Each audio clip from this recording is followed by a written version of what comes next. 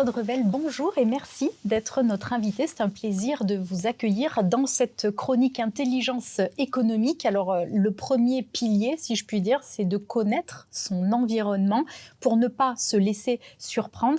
Comment y parvient-on? Quels sont les premiers points, les premiers éléments à prendre en compte dès le départ? Connaître bien son environnement, c'est le premier pilier de l'intelligence économique, qui en compte trois, donc ce qu'on appelle veille d'anticipation, ensuite sécurisation et ensuite influence. Et donc connaître bien son environnement, c'est la base, je dirais, c'est la mère des batailles. Si vous ne faites pas ça, vous ne pouvez pas faire le reste en fait. Voilà.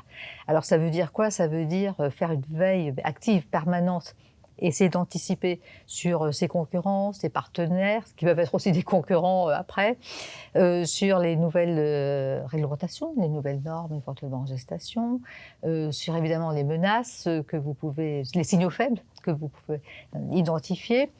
Alors ça se fait par des collectes de données, des analyses de données, mais il ne faut pas oublier le facteur humain aussi. Ça se fait aussi beaucoup par, je dirais, de bouche à oreille. Enfin bon, en parlant avec les uns, les autres, dans des salons, dans des syndicats professionnels, dans des endroits un peu collectifs, si vous voulez, on peut apprendre des choses. Il est aussi fortement recommandé de regarder ce que font les autres en matière de veille.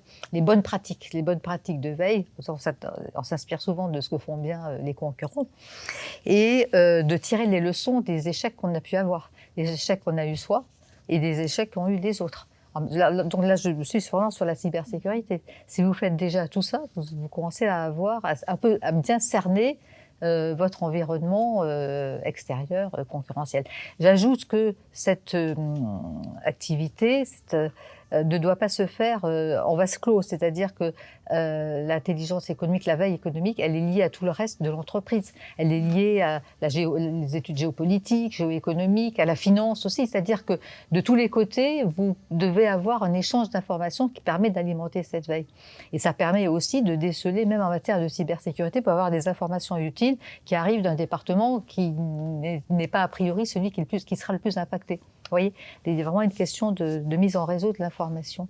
Une transversalité. Une transversalité, exactement. Alors c'est facile à dire, mais c'est très difficile à faire. Un peu plus compliqué à faire. Ah, oui, vous avez soulevé un point dans ce que vous évoquiez, l'importance des normes et des standards. Et on le sait, en cybersécurité, c'est quelque chose de très important.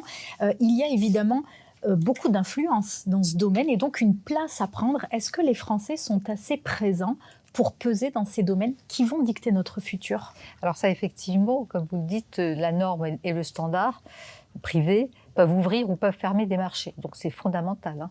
Je vous donne un exemple qui date d'il y a très longtemps, mais par exemple la norme GSM, c'est celle qui a ouvert le marché du portable. Et bon, elle a été faite en France. Bon. Et il y en a tous les jours, hein, des standards privés qui se font. Donc, en matière de cybersécurité, il en existe déjà pas mal, fait par l'ISO, fait par le NIST, le National Institute for Standard Technologies américain, fait par l'ANSSI, ne serait-ce qu'en France, si vous voulez, et dans d'autres États, les ANSSI nationales. Et les normes FAIR. Enfin bon, il y a quand même déjà un lot de normes et de standards, mais ce qui est important, c'est que ça se refait tout le temps, parce que les technologies changent, les risques évoluent, etc. Donc les standards s'élaborent et se rénovent en permanence. Et là, il faut y participer. Et c'est votre question, est-ce qu'on y participe assez? Non, pas assez. Voilà. Il faut vraiment que les Français, on le dit depuis très très longtemps, ça s'est amélioré, mais surtout dans ce domaine-là, qu'on participe à l'élaboration de ces normes. Alors vous allez me dire, pour une petite boîte, c'est pas facile.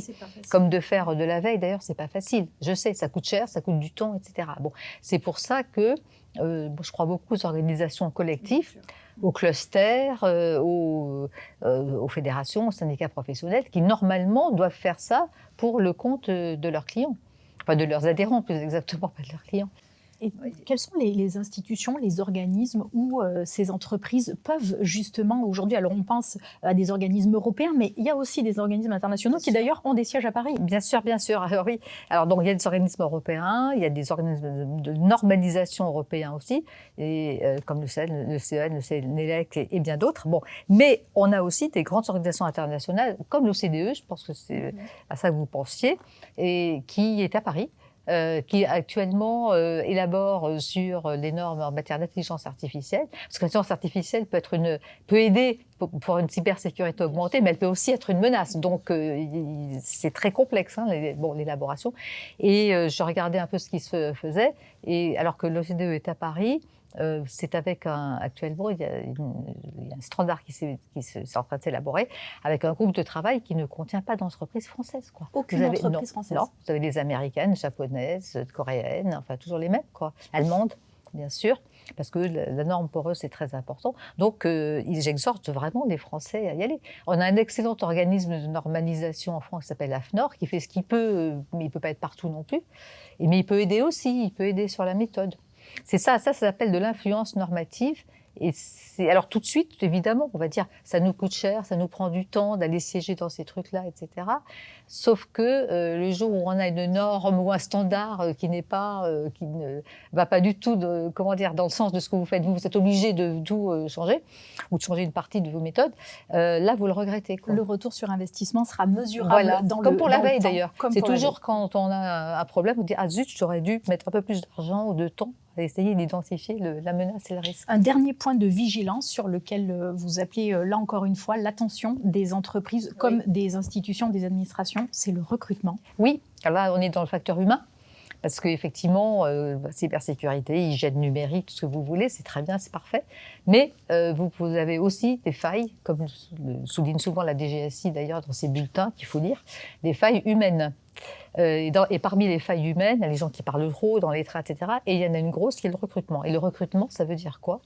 Il ne faut pas être parano, bien sûr. Mais il faut quand même savoir que dans ces milieux hyper compétitifs, hyper concurrentiels, vous pouvez avoir des faux candidats. Il y a des gens que vous avez mis une description de poste, quelqu'un vient, et en fait, il vient, il est téléguidé par un concurrent, parce qu'il veut savoir où vous en êtes sur le sujet en question. Donc, il va vous poser énormément de questions, comme s'il était très intéressé par le poste. Et vous, si vous n'êtes pas averti, vous allez lui expliquer tout. Vraiment, il y a des gens qui lui expliquer tout votre système, ou presque. Et voilà, le gars, après, il ne vous donne plus jamais signe de vie et il va raconter tout ça à d'autres. Enfin, c'est un grand classique. Hein.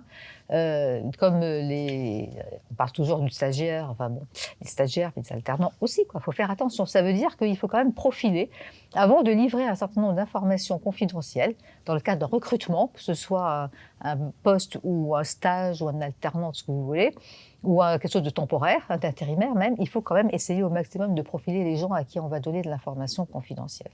Merci beaucoup Claude Revel, on l'a compris, cette veille, également ce partage d'informations, une influence normative et puis un point de vigilance sur le recrutement, 4 piliers à mettre en œuvre pour les entreprises et celles et ceux qui nous suivent. Claude Revel, merci d'avoir été notre invité, c'était un plaisir de vous avoir avec nous. Merci à vous.